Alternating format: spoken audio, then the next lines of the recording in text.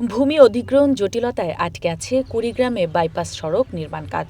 ২০২১ সালে কুড়িগ্রাম সদর উপজেলার দাসেরহাট থেকে ভুরুঙ্গামারী উপজেলার সোনাহাট স্থলবন্দর পর্যন্ত ৪৬ কিলোমিটার সড়ক উন্নয়নের কাজ শুরু করে সড়ক বিভাগ। এরই মধ্যে সোনাহাট থেকে সদরের তারামন বিবির মোড় পর্যন্ত ৪১ কিলোমিটার সড়কের উন্নয়ন কাজ শেষ হয়েছে। তবে তারামন বিবির মোড় থেকে দাসেরহাট পর্যন্ত ৫ কিলোমিটার বাইপাস সড়কের কাজ এখনো শুরু হয়নি। স্থানীয়দের অভিযোগ, ডিসি অফিসের LA শাখার কর্মকর্তা-কর্মচারীরা ঘুষ ছাড়া অধিগ্রহণের টাকা দিচ্ছেন না। দালাল চক্রের মাধ্যমে তারা হাতিয়ে নিচ্ছেন কোটি কোটি টাকা। অনেক কষ্ট করি, 40 বছর যাবত আমরা জমি খাচ্ছি, কোনো সমস্যা নেই। কিন্তু এখন জমি একোয়ার হয়েছে, সরকারের উন্নয়নমূলক কাজ আমাকে তো দিতে হবে।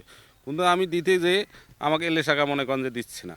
আমি ডিসি স্যারের সঙ্গে স্বর্ণপূর্ণ হলাম, উনি বললো কাগজপত্র ঠিক আছে, এনাকে দিয়ে দেন। আমার ক্ষতিপূরণের টাকাটা দিল, কাগজের টাকাটা দিচ্ছে না। ওনারা ভিন্ন মত প্রকাশ করতেছে, কেননা ওনারাই আলোচনা দিচ্ছে এলাকার কিছু দালাল চক্রকে মিথ্যা মামলা দিলে জমির টাকা স্থগিত রাখা হয়।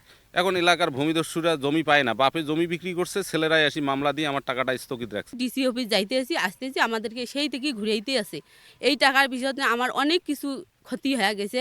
এমনকি আমাকে সেদিন পুলিশ ধরে নিয়েছে। ব্যাংকের লোন নিয়ে আমি ব্যবসা পাতি ধরছি, ব্যাংকের লোন দিতে পারিনি জন্য পুলিশ আমার কাছে ধরে নিয়ে গেছে। রাতের বেলা আমি 2 দিন জেলে থাকি আসছি।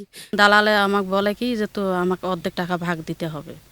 পাশের বাড়িওয়ালা আছে, তাই শহর ফাইল করছে, করিয়ে আমাকে কয় যে আমাদের টাকা দিতে হবে। তা আমি বলছি কিসের টাকা দেব, আমার খারিজ আছে, দলিল আছে, কাগজপাতি সব আমার ঠিক, আমি কিসের টাকা দেব। আমি না শিখে গেছি জন্য সেই জন্য একটা মিথ্যা মামলা দিচ্ছে।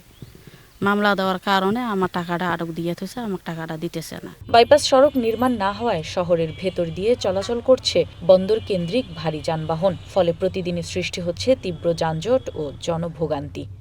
ভাত পানি কিছুই নাই আমার ঘরে, অসহায় মানুষ আমরা, করে খেতে পারি না,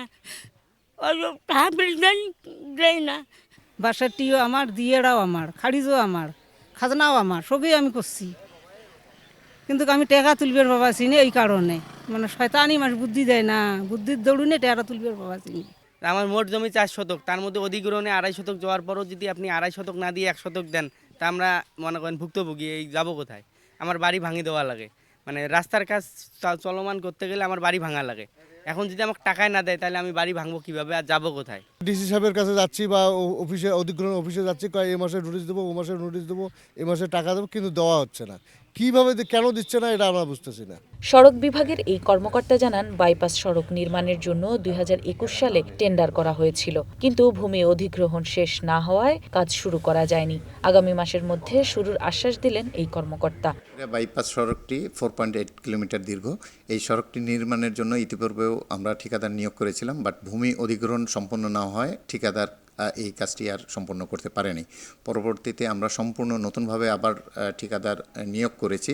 ইতিমধ্যেই আমরা 3টা এলএকেসের ভিতরে 2টা এলএকেসের জমি বুঝিয়ে পেয়েছি। আমরা আশা করছি আগামী সপ্তাহখানেকের ভিতরে এই বাইপাস নির্মাণের কাজ ঠিকাদার শুরু করতে পারবে। ভুক্তভোগীদের দ্রুত ক্ষতিপূরণের টাকা দেওয়ার দাবি জানালেও ঘুষ ও দুর্নীতির অভিযোগের বিষয়ে কথা বলতে নারাজ জেলা প্রশাসকের সংশ্লিষ্ট কর্মকর্তারা। এই প্রকল্পের ব্যয় ধরা হয়েছিল প্রায় 700 কোটি টাকা। এর মধ্যে বাইপাস সড়ক নির্মাণের জন্য বরাদ্দ হয় প্রায় 200 কোটি টাকা। One national desk.